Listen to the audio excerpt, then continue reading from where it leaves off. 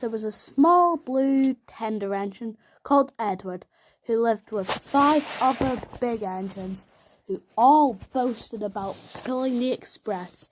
I'm the grandest. No, I'm the grandest. I'm the best. But poor old Edward never got out. He was sulking one day when his driver came running. Edward, where's Edward? Do you want to come out today? Oh, yes, sir. Oh, please, sir. Please. Oh, please. I'll be good. I know you're good, Edward. I'll just get in and we'll set off for our journey. His driver pulled the lever and he went off to the coachyard. So Edward coupled up and set off to the station. Get aboard quickly, please. We don't want to be late. So the passengers ran aboard. Excited for the train. Edward was waiting for the guard to blow his whistle. He was waiting and waiting and waiting, but his guard never arrived. Then a boy shouted, "Look over there, he's coming." Oh. He had sandwiches in one hand and his flags in the other. He blew his whistle and hopped aboard for the train to start.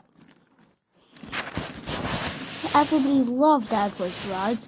He ran by the countryside as fast as he could. The kids waved when he came, and everybody loved it. He was a smooth runner and good pace.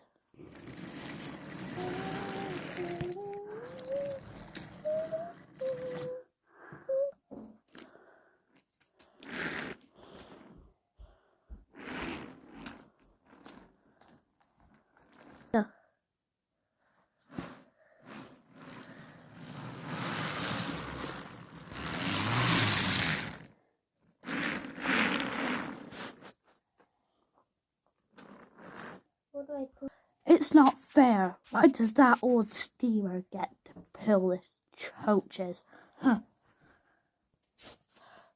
Edward, how would you like to come out tomorrow? Oh, I would love it, sir. Oh, please, sir, will I do it tomorrow? We'll do the run again. Oh, steamers like you should never do it. I'm gonna do it next time. Oh, sorry, 57029. I'm taking Edward out. But, oh, you stupid pot. And Edward was happy ever since.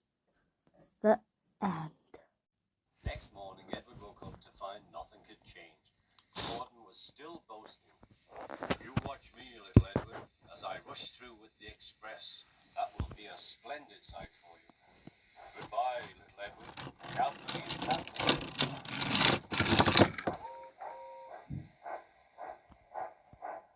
Edward went on. Edward liked it. It was fun to do the trucks. He would come up quietly and give them a push. Then he would stop and the silly truck would go bump into each other. Oh, they cried. Whatever is happening?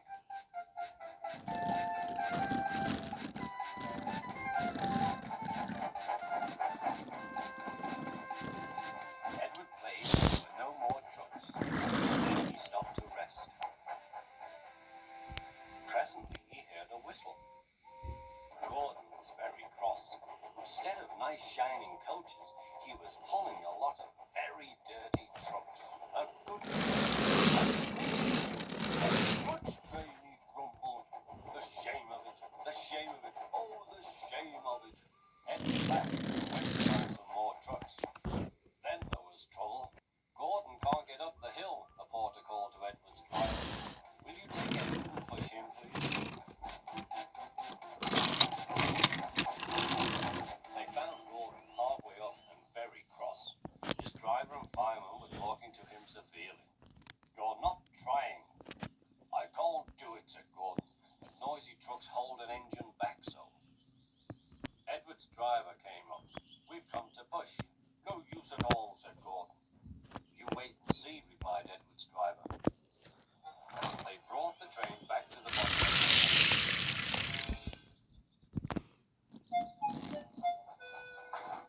I'm ready, said Edward. No good, grumbled Gordon. They pulled and pushed as hard as they could.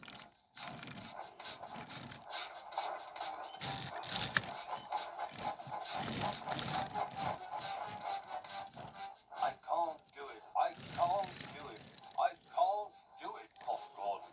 I will do it. I will do it. I will do it, puffed Edward.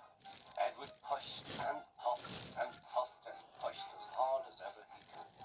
And almost before he realized it, Gordon found himself at the top of the hill. I've done it. I've done it. I've done it.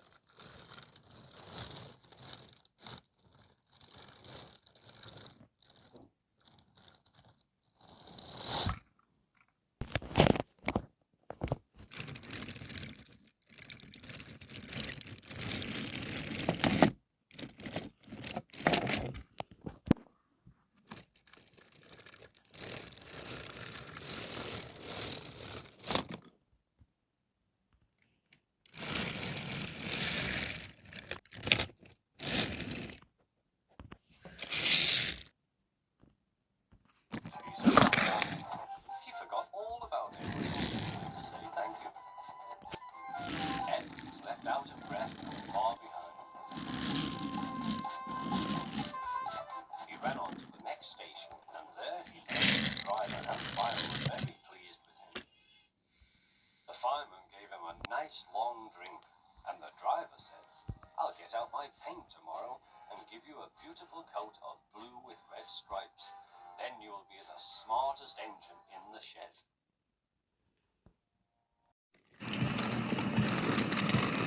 Once, an engine attached to a train was afraid of a few drops of rain. It went into a tunnel and streaked through its funnel and wouldn't come out again.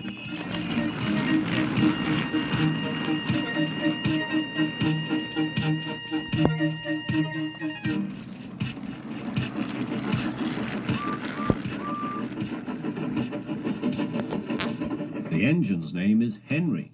His driver and fireman argued with him, but he would not move.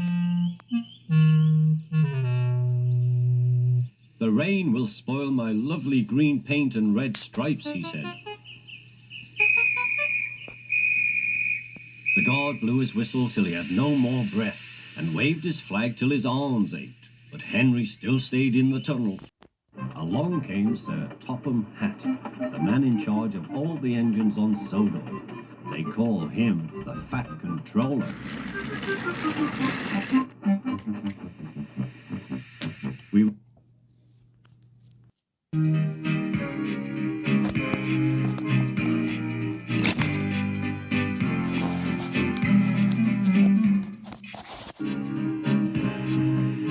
will pull you out, said the Fat Controller, but Henry only blew steam at him. Except the Fat Controller, because, he said, my doctor has forbidden me to pull. But still Henry stayed in the tunnel. Then they tried pushing from the other end. The Fat Controller said, 1, 2, 3, push! But he didn't help. My doctor has forbidden me to push, he said. Pushed and pushed and pushed, but still Henry stayed in the tunnel. At last Thomas came along.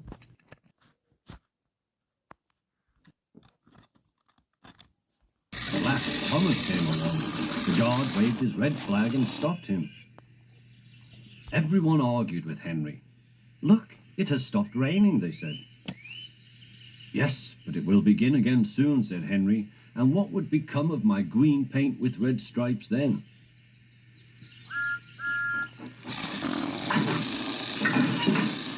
Thomas pushed and puffed and pushed as hard as ever he could. But still Henry stayed in the tunnel.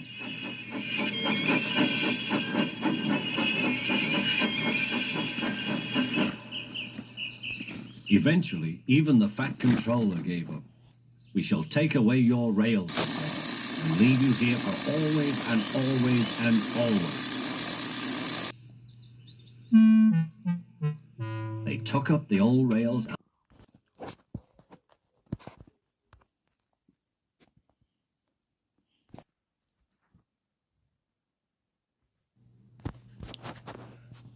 Take them away. Okay. Thomas heaved and heaved till finally took the heavy coaches out of the tunnel.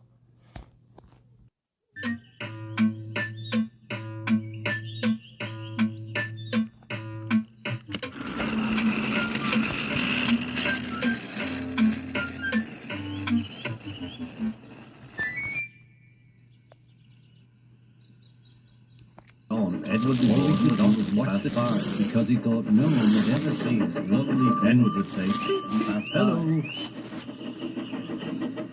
Edward would say, and Gordon would say, "Hello. Poop, poop, poop. Serves you right." Poor Henry had no steam to answer. His fire had gone out. Poor Henry had no steam to answer. Sudden dirt from the tunnel had spoilt his lovely green paint and red stripes anyway. He wondered if he would ever be allowed to pull trains again. But I think he deserved his punishment. Don't do it. But I think he deserved his punishment. Don't.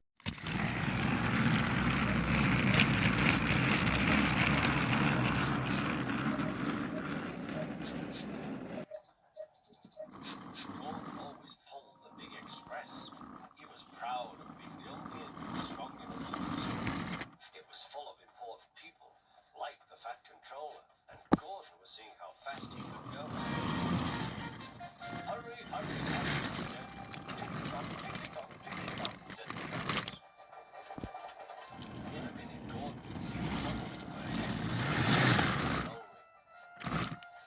"Oh dear," thought Henry. "Why did I worry about rain spoiling my lovely coat of paint? Will the Fat Controller ever forgive me and let me out again? I'm going to poop at Henry," said Gordon.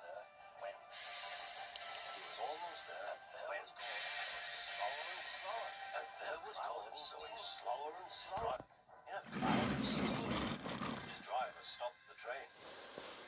"What has happened to me?" asked Gordon. "I feel so weak." "You've burst your safety valve," said the driver. "You can't pull the train anymore." "Oh dear," said Gordon. "We were going so nicely too. And look, there's Henry laughing at me." Everyone came to see Gordon. "Huh," said the Fat Controller. "I never liked these big engines. Always going wrong. Send for another engine at once." While the guard went to find one, they uncoupled Gordon, who had enough puff to slink onto the siding out of the way.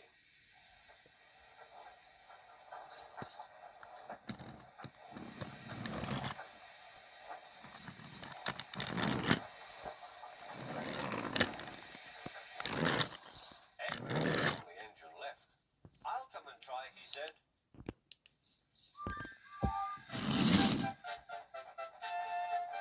"Huh," said Gordon. "That's no use. Edward can't push the train."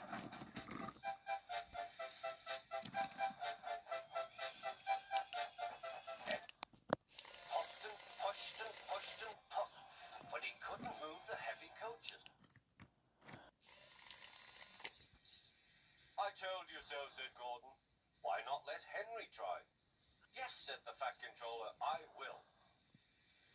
"Will you help pull this train, Henry?" he asked. "Oh, yes," said Henry.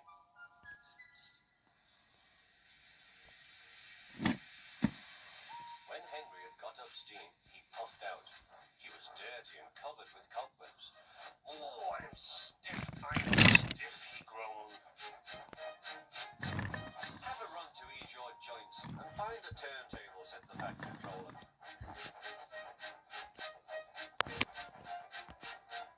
When Henry came back, he felt much better. Then they coupled him up. "Peep, peep," said Edward. "I'm ready." "Peep, peep, peep," said Henry. So am I. Pull hard, we'll do it. Pull hard, we'll do it. They puffed together.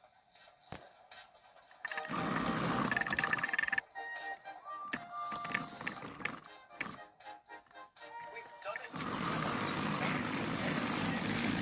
You've done it, hooray! You've done it, hooray! Sang the coaches. Everyone was excited. The Fat Controller leaned out at the window to wave at Henry. But the train was going so fast that his hat blew off into a field where a goat ate it for tea.